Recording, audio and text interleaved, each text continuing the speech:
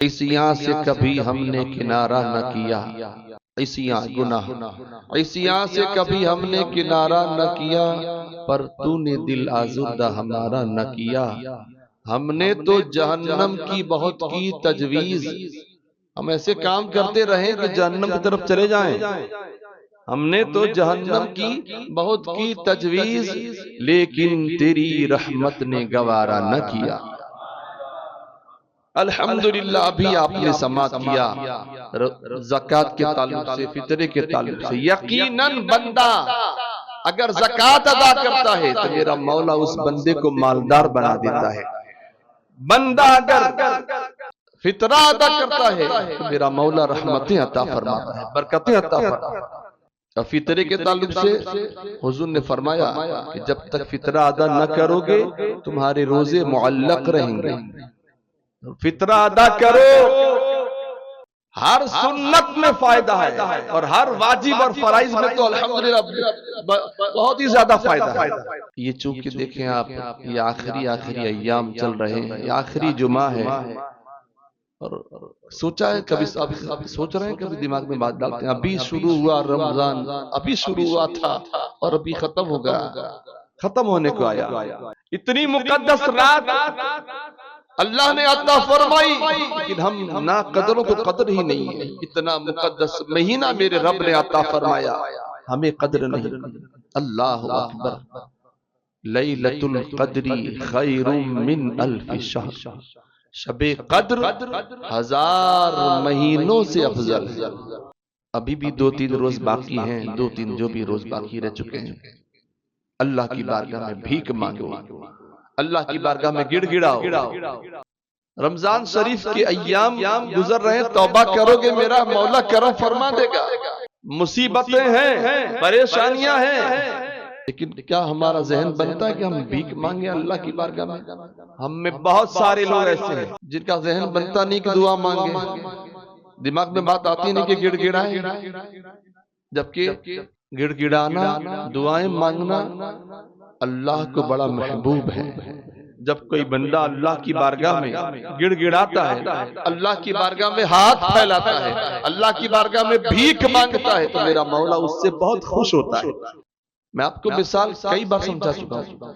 ایک بندہ اپنے گھر میں فیملی والا، مثال کے طور پر ماں باپ بیوی بچے سب رہ رہے ہیں، ایک چھوٹا سا بچہ تمہارا امی کے پاس پہنچا، امی 10 روپیہ دو، امی نے منع کر دیا، نہیں دیا، توجہ نہیں دی۔ باپ کے پاس 10 روپیہ مانگتا ہے، باپ نے 10 روپیہ نہیں دیا۔ دادا کے پاس مانگا، دادا نے نہیں دیا۔ چند لوگوں کے پاس اس نے 10 روپیہ مانگا، نہیں دیا۔ اب وہ چھوٹا بچہ رونے لگتا ہے۔ ذہن حاضر رکھیں، جیسے ہی روتا ہے دادی اس کو لے لیتی ہے، گود میں اٹھا لیتی ہے، یا ممی اس کو لے رہی ہے، ابو لے، کوئی بھی نہیں، اس کو بچے کو گود میں لے کر لو بیٹا 10 روپیہ۔ رویا تو شفقت آ گئی، رویا تو بولو شفقت ملی۔ حالانکہ وہ پہلے بھی دے سکتے تھے، لیکن یہاں بات کیا ہے، میں آپ کو ذہن دینا چاہتا ہوں۔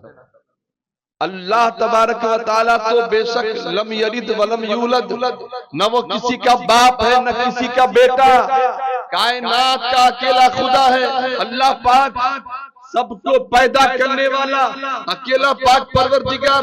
لیکن آؤ کبھی ہم نے مانگا ہے اللہ کی بارگاہ میں؟ بس ہم تو نماز پڑھتے ہیں، ہم میں سے بہت سارے ایسے لوگ ہیں جو نماز پڑھی وہ بھی فرض پڑھ کے فٹافٹ بھاگتے ہیں، دعا مانگنے کا ذہن ہی نہیں بنتا۔ کچھ لوگ فرض پڑھتے ہیں بھاگتے ہیں، کچھ پڑھا عبادت کی، لیکن یہ بنتا نہیں دماغ میں کہ چلو ہم مانگیں۔ عبادت کے بعد دعا مانگنا یہ زیادہ مقبولیت کی جگہ موقع ہوتا ہے۔ جی ہاں، آپ کوئی بھی اچھا عمل کریں اللہ کی بارگاہ میں مانگ لیں۔ آپ نے نماز پڑھی اللہ کی بارگاہ میں ہاتھ پھیلائیں، آپ نے کوئی عمل کیا، اچھا عمل کیا، اللہ کی بارگاہ میں بھیک مانگ لیں، میرا مولا کرم فرمائے گا۔ میں ذہن دینا چاہتا ہوں، اگر بچہ رویا، ماں تڑپ گئی، باپ تڑپ گیا، دادی تڑپ گئی، دے دیا اس کو 10 روپیہ۔ آپ جو ہیں کبھی آپ نے اور ہم نے ایسا کیا ہے؟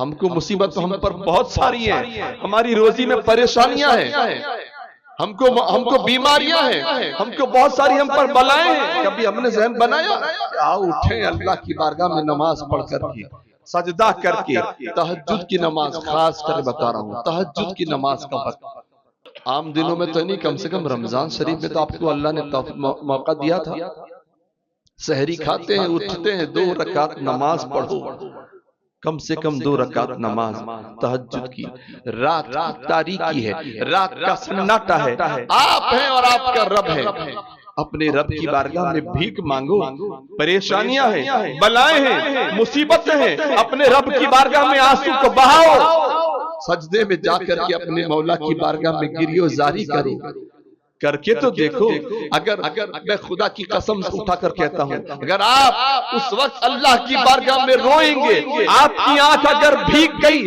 خدا کے خوف سے، اور آپ نے اپنے رب کی بارگاہ میں کچھ مانگا اور آپ کی آنکھ بھیگ گئی اللہ کے خوف سے، آپ نے توبہ کی اللہ کے خوف سے، آپ کی آنکھ بھیگ گئی، اس وقت جو چاشنی ملے گی، جو سکون ملے گا، کوئی بھی آپ کو کروڑوں روپے میں نہیں دے سکتا جو میرا مولا آپ کو عطا فرمائے گا۔ کبھی مانگ کر تو دیکھو، بھیک مانگ کر تو دیکھو، اللہ کی بارگاہ میں گریو زاری کر کے تو دیکھو، ہمیں وہ کرنا نہیں۔ جاگیا تیار تھی سوار، جب اٹھے سویرا آؤ، آج آخری جمعہ ہے، اللہ کی بارگاہ میں سچی توبہ کرتے ہوئے، اللہ کی بارگاہ میں گڑ گڑاتے ہوئے یہ چند ایام بھی گزار لیں اور عہد کریں کہ صرف رمضان ہی میں نہیں، انشاءاللہ میں زندگی بھر نمازیں پڑھوں گا، پڑھیں گے انشاءاللہ، زندگی بھر انشاءاللہ تبارک و تعالی اچھائیاں کروں گا۔ اگر آپ نے ذہن بنایا، آپ نے دماغ میں بات ڈال دی، انشاءاللہ تعالی سمجھ لو کرم ہی کرم۔ اب مانگ کرتے تو دیکھو، مانگ کر تو دیکھو، آپ صدقہ دیا کرو، خیرات کیا کرو، فطرے دیا کرو، اللہ کی رضا کے لیے۔ ابھی آپ نے سنا، اس کے پہلے بھی ماشاءاللہ اپنے جمعہ میں، اس کے 2-1 جمعہ پہلے آپ نے سماعت کیا تھا روزے کے تعلق سے، کہ روزے میں اتنی برکتیں ہیں، بے شمار بیماریاں بلائیں دور ہوتی ہیں، صرف ہم ہی نہیں بلکہ اغیار کی تحقیق کہہ رہی ہے، بڑے بڑے پروفیسر اور ڈاکٹر ماہرین کہتے ہیں کہ مسلمانوں کا جو طریقہ ہے، مسلمانوں کا جو طریقہ ہے روزہ رکھنا، الحمدللہ اس میں بہت ساری بیماریاں اس سے دور ہو جاتی ہیں، بڑے بڑے ماہرین کہتے ہیں۔ اللہ اکبر، ہم تو حضور کے غلام ہیں۔ آپ کو پتا ہے کتنوں نے تو روزے رکھے، ریسرچ بھی کیا اور فائدے بھی دیکھے اور بتائے بھی۔ تو بیماری دور کرنے کے لیے نہیں آپ کو روزہ رکھنا، نماز اس لیے نہ پڑھو کہ اچھے ہو جاؤ گے، تندرست ہو جاؤ گے، اس لیے نہیں، نماز اس لیے ہم پڑھیں گے کہ میرا مولا راضی ہو جائے، وضو ہم اس لیے کریں گے کہ میرا مولا راضی ہو جائے، روزہ ہم اس لیے رکھیں گے کہ میرا رب راضی ہو جائے، تو آٹومیٹک ساری معاملات ہو جائیں گے، بلائیں دور ہوں گی، بیماریاں دور ہوں گی، سکون میرا مولا عطا۔ اللہ تعالیٰ مجھے آپ سب کو حضور صلی اللہ علیہ وسلم کی سچی غلامی کی توفیق عطا فرمائے، آمین بجاہ النبی الامین صلی اللہ علیہ وسلم۔